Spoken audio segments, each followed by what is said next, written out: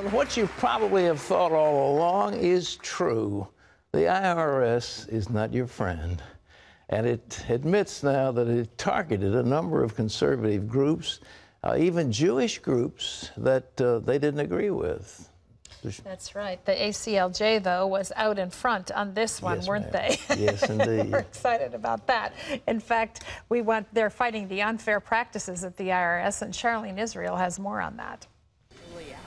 Republican lawmakers took to the airwaves over the weekend, slamming the IRS and demanding a full investigation. It is absolutely chilling that the IRS was singling out conservative groups for extra review. I don't care if you're a conservative, a liberal, a Democrat, or a Republican. This should send a chill up your spine. This is something that we cannot let stand. It needs to have a full investigation. During the 2012 election cycle, many Tea Party groups like this one in Ohio applied for tax-exempt status under the federal tax code.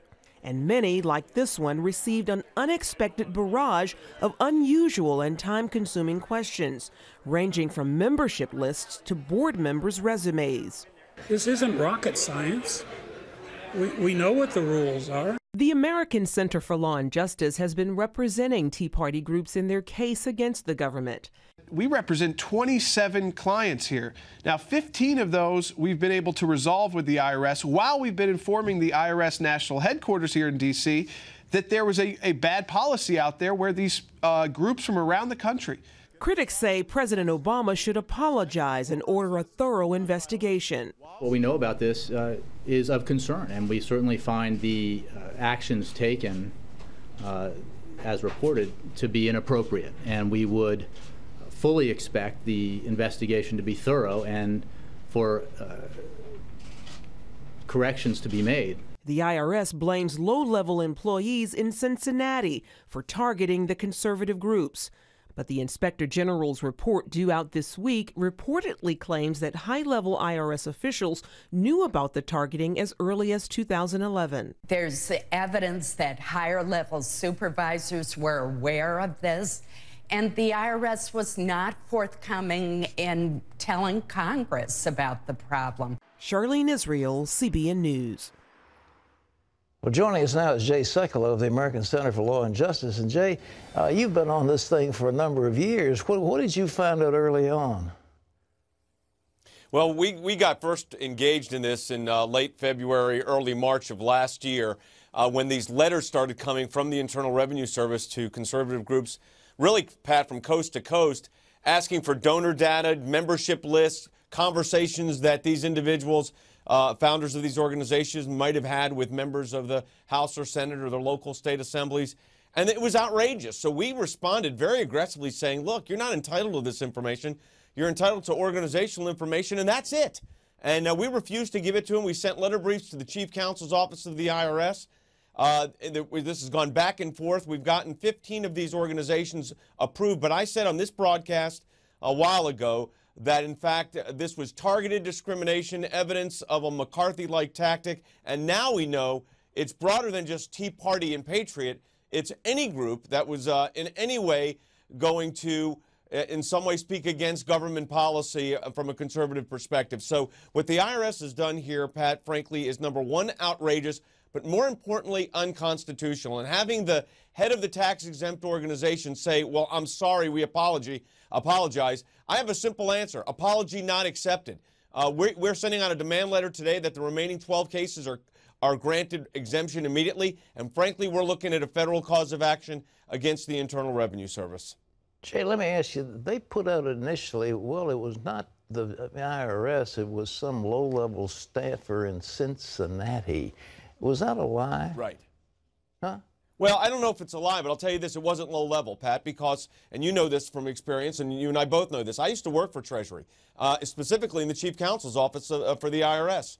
And the fact of the matter is that there's a special division of the IRS called the Tax Exempt Division, and those agents are tax exempt specialists. And that's who we were dealing with. And they have group managers. And we now know that there was a meeting in 2011 where senior IRS officials were told of what was going on. They purportedly modified the procedure, but their modification, frankly, made it worse. It broadened out the scope of who they were going after within the conservative ranks. So they've done nothing to help themselves here, and this trying to lay this off as these are some kind of administrative clerks is ridiculous. These are trained IRS agents, specialists in tax-exempt organizations, and frankly, Jay Carney in his press conference last week should be ashamed of himself when he called the IRS an independent agency. They're part of the Treasury, part of the executive. The Commissioner of Internal Revenue Service is appointed by the President with advice and consent of the Senate, and the Chief Counsel, the office I worked in, is also appointed by the President of the United States. So this is nonsense.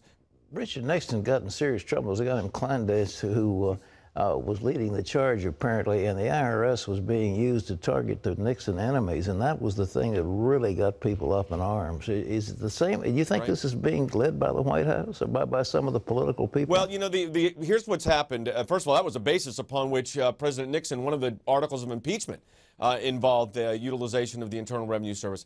The Inspector General's report due out this week says there was they can't say there was outside influence outside of the agency, but this is what everybody has to remember. The people running the agency are appointed by the President. So, you know, they can't just say, oh, we didn't know about this and it's too bad it happened and we apologize. We have about 1,400 legal hours in these cases so far, maybe more than that. These clients have been put through a ridiculous legal exercise that was not only unnecessary and unwarranted, but unconstitutional. And for the White House to just say, oh, sorry, it shouldn't have happened, we'll hold people, quote, accountable, whatever that means, is just not acceptable here. Pat, the fact of the matter is, this issue is just beginning to unravel. I expect by the end of the week it's going to be a full-blown, typical, but very big Washington cover-up where the underlying act here, the targeting of these groups is bad, and the cover-up and the ridiculous statements made by the IRS are worse.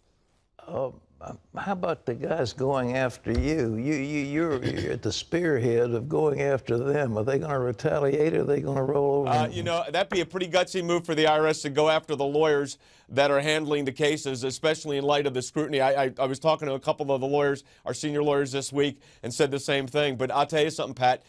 You know, look, if they want to start harassing us or others, they're going to get in a lot of trouble. We're going to be I've got a letter going out to the IRS Commissioner of Internal Revenue Service today and the Chief Counsel, as well as copied to these various managers and agents. And it's not a, gee, we accept your apology. Let me put it that way. The letter will be released this afternoon, and it is very direct and it's very specific. We're asking for these cases to be granted immediately. We're not giving any more documentation than has already been given, and we are also looking at additional, as I said, legal action here. The government cannot do this. It is a violation of fundamental constitutional rights, and the idea that this is just shocking is one thing, but there's also legal consequences to it. One last thing, and I know we're running out of time, but Jay, I understand that some of the groups were really saying we want to make government better and more efficient. They went after them for that. This wasn't, quote, conservative. These were just public citizens organizations. The group they went after, it was primarily conservatives that they went after, Pat, but they had a very broad definition of what was a conservative. It wasn't just Tea Party or 9/12 organizations or patriot groups, as they're called. It was anybody that was criticizing this government. That's where the Jewish groups got caught into the net of this, because they were critical of the Obama administration's policy on Israel, and that's why they were put through the process they have been going through. It's the same thing. If you spoke out against the administration's policies, were educating people about those policies, you were targeted by the IRS, and that is not allowed under our law, period. Jay, man, I can't leave this. You've got Benghazi, which was a tissue of lies. Jay Carney just was lying through his teeth. You've got Susan Rice going on television talking about some video that had nothing to do with it. And then they were calling the president of Libya a liar. Not good. And so you've got that cover up. And then on top of this one, how many do you think Obama's going to be able to take before the press begin to say maybe he's not the golden boy we thought he was? I think the press is already changing on this, and I think a lot of it was self-induced on Friday when they had the head of tax exempt say that this was, as you mentioned, Pat, low-level employees, as the Inspector General report was being released, saying that this was discussions at the Office of Chief Counsel of the Internal Revenue Service, which, let me tell you, someone that worked for Chief Counsel's office, that's the highest level within the legal side of the Treasury Department within the IRS. So I think their misstatements, their incorrect statement, their falsehoods, their lies, are catching up with them. This story is not just a story. The facts of this are going to be devastating to the government on this case. Jay Sekulow, thank you. Thank you for what you're doing.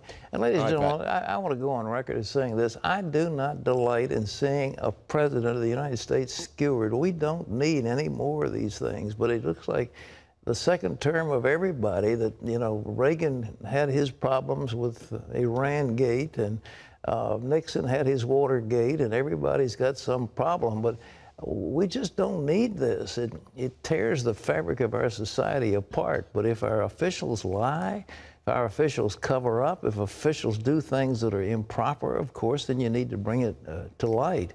But I do not join the chorus of those saying, well, let's bring down another president. We don't need that. But nevertheless, these are self-inflicted wounds, and they're going to hurt. Well, the Obama administration is also facing a growing backlash over another scandal. Lee Webb has that story from the CBN newsroom. Here's Lee.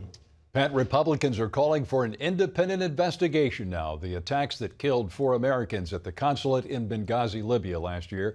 The head of the House Oversight Panel is pursuing depositions from retired Admiral Mike Mullen and retired Ambassador Thomas Pickering. Pickering led the initial investigation, that's him right there, into these attacks and the administration's response.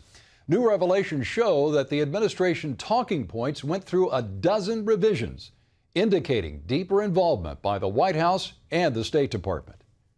I'd call it a cover-up. I would call it a cover-up in the extent that there was willful removal of information which was obvious. I don't know what level of scandal, quote unquote, this rises to, but I know it rises to the level where it requires a full and complete ventilation of these facts. Congress will hold more hearings to look into the Benghazi affair in the coming weeks.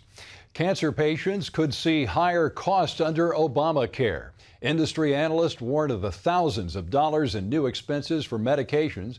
The higher cost could hit those suffering with numerous chronic diseases, from cancer to rheumatoid arthritis.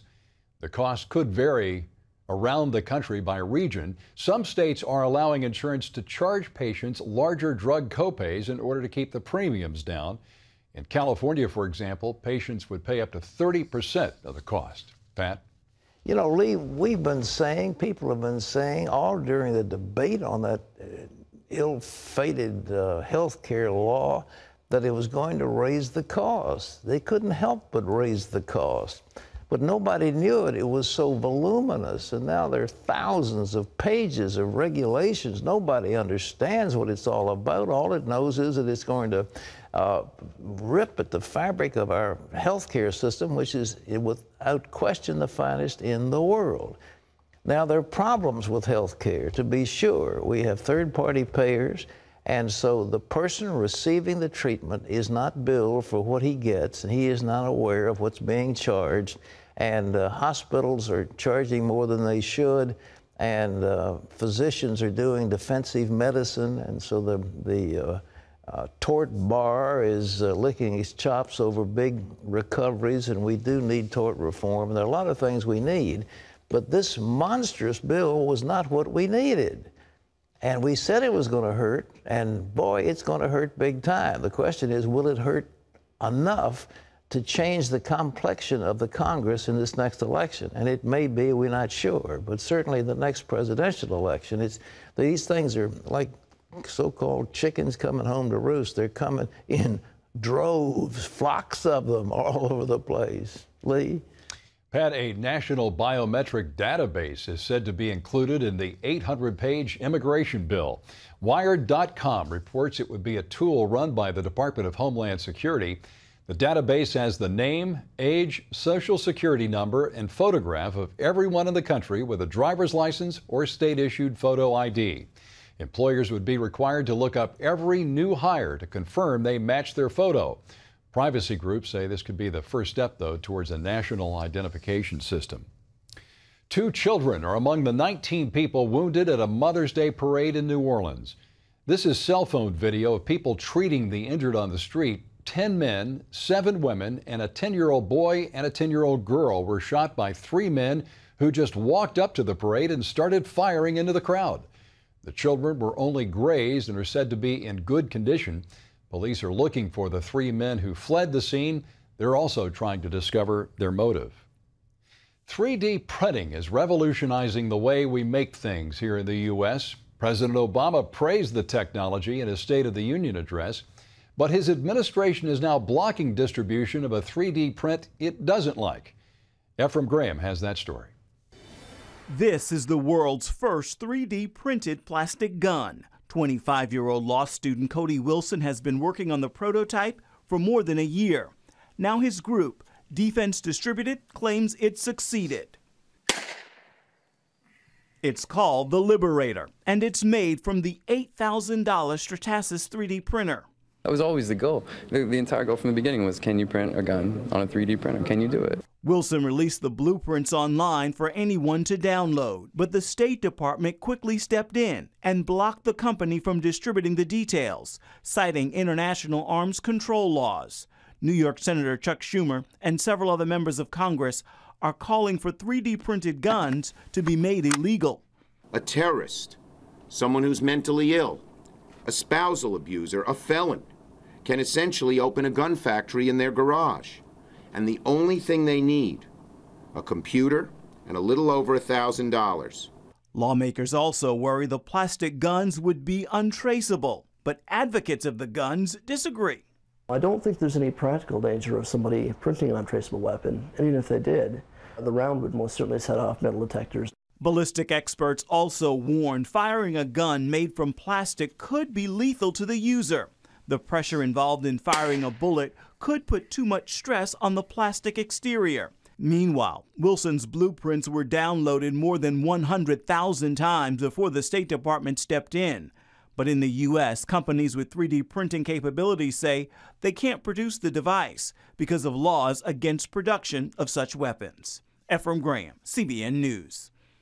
Yeah, that final concern, Pat, would be the one. I'm a gun owner, and I wouldn't fire a gun made out of plastic. Blow up in your hands, that could ruin your day, Lee. There's no question about it. But I tell you, I'm not for some of these regulations, but I am in favor of that one.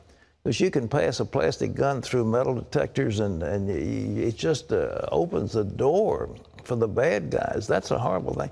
But we've got these sophisticated printers that they're using for counterfeiting. The counterfeiting now is just almost flawless. They had to completely change the design of the 120s and all that to and the paper they use. But even that, the counterfeiters, by using these sophisticated printers, have been able to defeat the Treasury Department. And I don't want a lot of counterfeit money running around, and I'm not sure I want a lot of plastic guns either.